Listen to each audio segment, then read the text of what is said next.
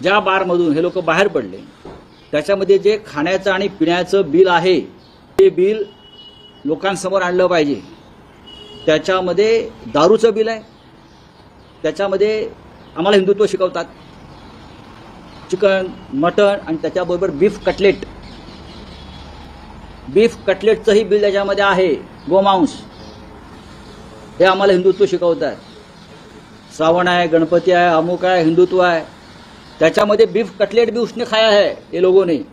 हिंदुत्ववादी लोग हैं, हमको सिखाते हैं सबको, और सबको क्या बोलता है, मॉब लिंचिंग करते हैं, किसी के पास बीफ मिला, किसी के पास ये मिला, लेकिन वो बिल में बीफ कटलेट का भी ऑर्डर है, उसका भी पैसा, त्याचे पण पैसे दिलेले आहेत, बिल पेड केलं आहे, पोलिसांनी जप्त केलेले ते बिल आहे। तुम्ही बीफ खायचं आणि लोकांचे बळी रस्त्यावर घ्यायचे, काय चाललंय हे?